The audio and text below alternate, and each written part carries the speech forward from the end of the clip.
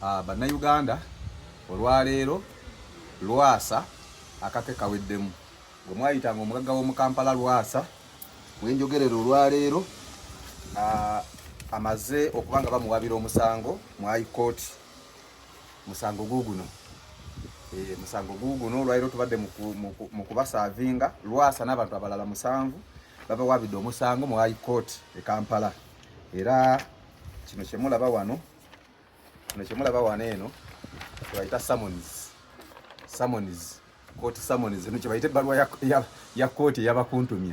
So kooti eba ekuyise mu kooti ogende weewozeeko oba olina omusango oba tolina musango gwobeera olina okugenda naye nga okusinziira ku mpaaba mukyala Lwasa awaabira Lwasa n'abantu abalala 7 ng'agamba bagenda ne bamenya ennyumba ye ne boonoona ebintu bingi nnyo okusinziira mu mpaaba wano kamala okubayisizaamuko wano eno.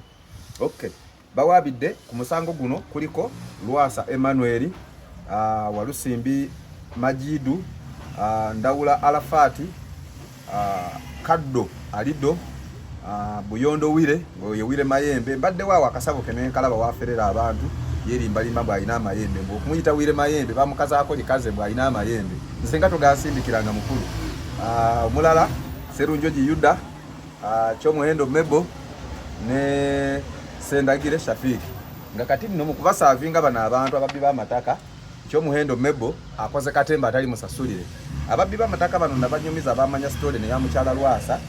Lwasa yafuna ababuloka b'ettaka banene bembagambye bakibamba high profile land grabbers nga bakulembeddwamu no Majidu Kiwoko baani n'abalala waliwo kuba n'eno gye mulaba eno tujamendize bwamendize tukyamendinga tujja kuba twongerako n'abantu abalala abali mu saga eno.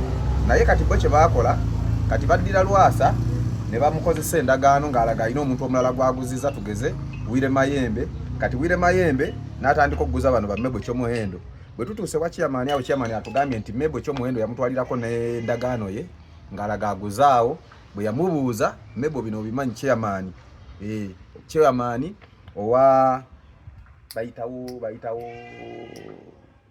chairman owa Gangubbi wamutwalira endagaano ng'oyagala kusayiningireko akutereko stamp. Nagamba bw'oba oguze ku bintu bya mukyala wa Lwasa waliwo enkayana era chairman teyateekako mukono. Bino mbijje mu chairman nze jjukira buli gwe tusavinga mu recording mukwata ne video.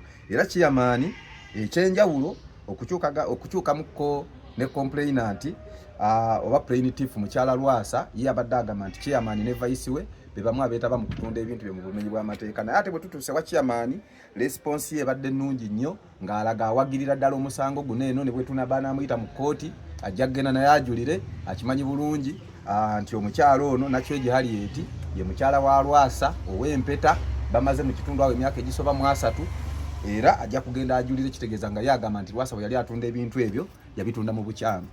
Okusinziira ku mpaaba y'omusango saagala bayisizaamu nnyo kubabbira bibuuzo naye nga kiraga mukyala Lwasa ono awaaba nga agamba nti Lwasa yaddira n'atunda ekibanja ekya famire ne bakoonakona n'ebintu ebya famire nga tewali consent oba endagaano eya famire gyasosokola ne famire okumukkiriza okutunda. So nga ate mu mpaaba wano eno alaga nti ebintu ebyayonoonebwa mu illegal eviction eyo baali bayivictinga bibalirwamu obukadde 7.5 era nga ayagala kooti eragire bano abawabirwa 8 bonna wamu jointire basasule ssente ezo. Okubayisizaamu wano eno n'ebirala wano eno particulars ne baziteekawo ezakozesa damages. Kaweddemu dda n'ateekako wano eno ebiwandiiko byataddekokko ebiraga obwannannyini ne waliwo ekiwandiiko kino eno ki ekigimmenye. Kati abaagula abamu mubadde Mebo babadde bakuyita okukusavinga nga weepena naye mu bimu ku biwandiiko byendaba wano kiraga nti endagaano okugaba poloti n'enju ng'ennaku z'omwezi 15 omwezi ogwokutaano omwaka gwa 2000 net Gangubbi Kyaddondo Ssaabagabo Makindye. Lwasa yagaba ekibanja ekyo nga kirimu n'ennyumba yaakyo n'akigabira mukyala we n'abaana. Endagaano weeri wano yasayininga n'ateekako n'ekinkumu kye n'oligino kopi ngirabyeko.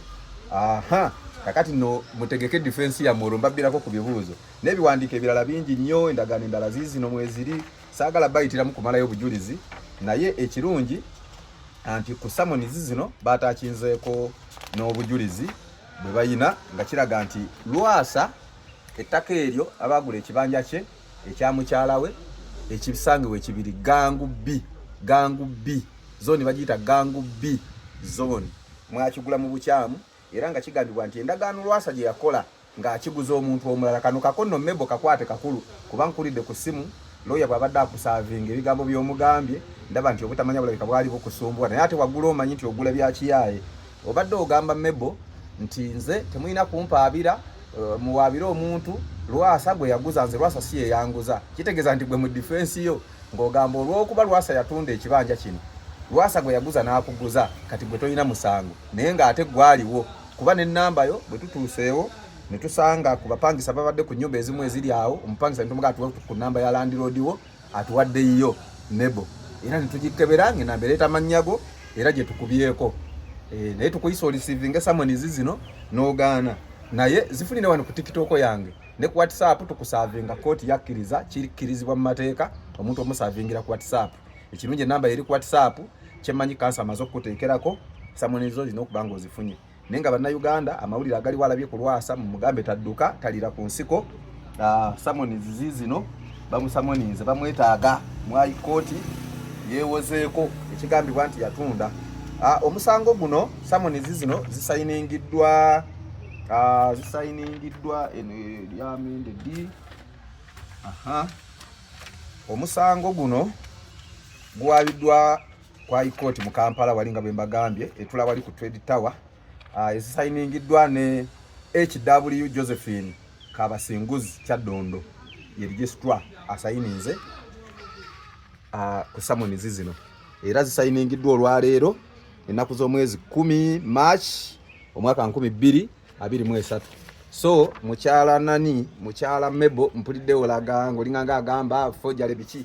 Okay, mwagamba nga Wire Mayembe ne mugamba oyo blogger TikTok ayogera bwogezi Benson talina kyagenda kukola kati mbalaga nti eno sive egenda kuba etambula naye ng'ate n'okubakwata tubakwata kubanga mujulidde okubanga muyinza okwewozaako ku musango guno ng'ate muva luzira kubanga omusango guno mwaze emisango ebiri. Waliwo omusango gwa civil ogw'engassi ogwo muwoza muva waka bwe gubasinga muli wa mu ssente n'ebyo ne bikondebwawo kuba omukyala ayagala kuzimbawo kalina mwayonoona poloti ye mugisazesaze muzimbyewo obuyumba obutali ku pulaani akayumba akamu kali ku septic tank neetera okugwayo kabomoke ebyo byonna byonna effujjofujjo eryo lye mwakola tetusobola kubikkiriza. So mu kukoona n'okwonoona n'okusaawa ebitooke bye n'okukoona ekikomera n'okwonoona ebintu ebirimu ebibalirwamu obukadde 7.5 ogwo nno musango gwa criminal era ssaawa yonna fayiro yammwe egenda kuba esanctioningibwa mukwatibwe musibibwe.